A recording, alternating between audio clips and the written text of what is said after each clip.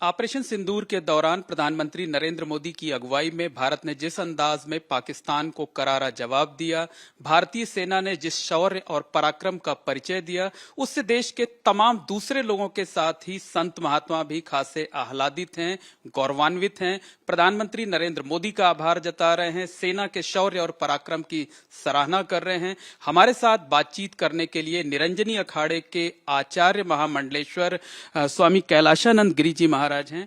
महाराज जी, जिस तरीके से प्रधानमंत्री नरेंद्र मोदी की अगुवाई में भारत ने जवाब दिया है, पूरी दुनिया में किस तरीके से भारत ने अपनी एक अलग पहचान बनाई है? पूरी दुनिया को आज भारत की मजबूती का एहसास हुआ कि भारत कितना मजबूत है। और या वो दुनिया का कोई भी देश हो, सबने भारत की मजबूती को मानने से इनकार नहीं किया और मानने से इनकार नहीं कर सकते।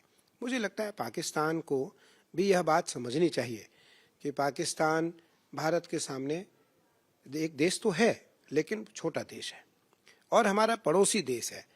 और पाकिस्तान से भारत की कोई दुश्मनी कभी भी किसी प्रकार की नहीं रही यदि आतंकवाद को हटा दिया जाए।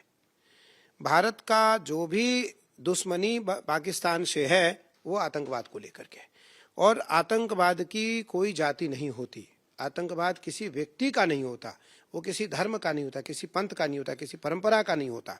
आतंकवादी तो जनमानस का हनन करता है। 22 अप्रैल 2025 को जो घटना श्रीनगर में हुआ, मुझे लगता है क्या उसमें केवल हिंदू मारे गए, मुस्लिम भी मारे गए। एक मुस्लिम परिवार का भी एक व्यक्ति मारा गया। मुझे लगता है उसमें नेपाल, गुजरात, नेपाल के भी, जब विदेश की बात करें तो नेपाल का भी एक प्रवासी था, वो भी मारा गया, एक मुसलमान भी मारा गया। लेकिन पाकिस्तान कभी भी इन चीजों से नहीं बचता है कि उसकी अंतर्राष्ट्रीय स्तर पर कितनी अवमानना हो रही है। उस कारण प्रधानमंत्री नरेंद्र मोदी जी को इसका निर्णय लेना पड़ा। और मैं तीनों सेनाओं के सेना प्रमुख को बधाई देता हूं कि तीनों सेनाओं के प्रमुखों के आदेश से हमारी दो बहनों ने मुझे लगता है कि साहसीय कार्य करके दिखाया है। और प्रधानमंत्री जी का यश इस सिंदूर ऑपरेशन से कई हजार गुना और बढ़ना चाहिए था। पाकिस्तान को भी यह सीख मिली कि पाकिस्तान यदि दोबारा किसी प्रकार की कोई पुनरावृत्ति करने का प्रयास करता है तो निसंदेह पाकिस्तान को करारा जवाब भारत से मिलना चाहिए। एक दूसरा यह है कि भारत का हर विपक्ष पक्ष में दिखाई पड़ा। भारत का हर विपक्ष जो कभी बीजेपी का, भारतीय जनता पार्टी का पक्ष में बात करने वाला पार्टी नहीं था, वो भी इस सिंदूर ऑपरेशन में भारत का पक्षधर दिखाई पड़ा। क्योंकि सबको लगा कि ये गलत हुआ, क्योंकि पुरुषों को मारा गया, स्त्रियों को छोड़ा गया और ये कहा गया जाकर मोदी से कह देना।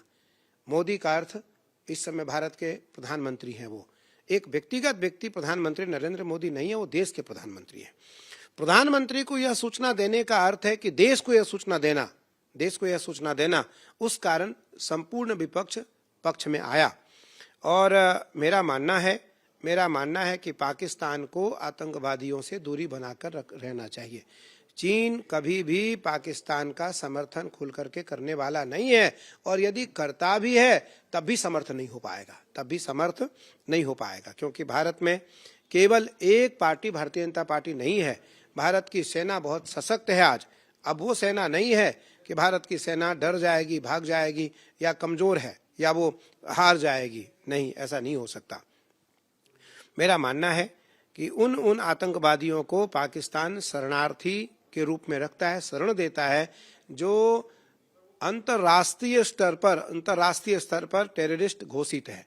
अमेरिका से जो घोषित टेररिस्ट है वो अमेरिका में देखा गया, पाकिस्तान में देखा गया, जो अमेरिका से घोषित है। जो हमारे ताज मुंबई का घटना करने वाला आतंकवादी है वो फोटो में देखा गया। जो हमारे दिल्ली लोकसभा हमारे भारत के लोकतंत्र मंदिर पर जिसने हमला किया वो पाकिस्तान फोटोग्राफ्स में देखा गया। मुझे लगता है कि उस कारण भारत का कोई प्रतिशोध या प्रतिरोध पाकिस्तान से नहीं है, आतंकवादियों से है। और आतंकवादियों के खिलाफ हमारा भारत लड़ता रहेगा तब तक जब तक आतंकवाद खत्म नहीं होगा। जो संत महात्मा हैं वो भी जो सेना का शौर्य और पराक्रम है उसको नमन कर रहे हैं, आभार जता रहे हैं। बिल्कुल, मैं तीनों सेना प्रमुख, अपने जवानों को और सोफिया कर्नल और व्योमिका सिंह को मैं बधाई देता हूं। दोनों भारत की लाडली बहनें हैं और आज ही नहीं सदियों सदियों दोनों की पूजा होगी, सदियों सदियों दोनों के बंधन किए जाएंगे, दोनों का बंधन किया जाएगा, दोनों को नमन किया जाएगा, सदियों सदियों दोनों की प्रार्थना की जाएगी।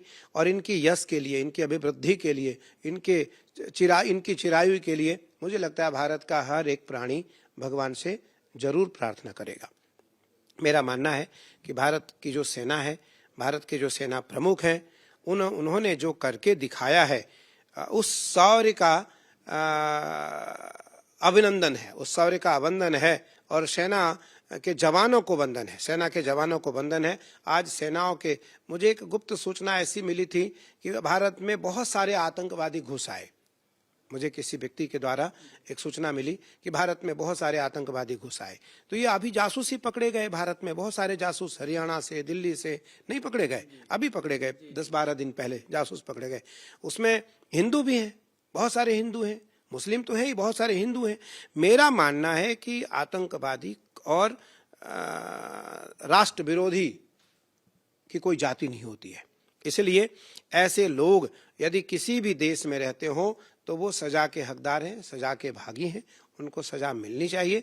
और हम सब खुले मंच से, खुले दिल से प्रधानमंत्री नरेंद्र मोदी जी का, गृह मंत्री जी का और भारत की सेना का समर्थन करते हैं।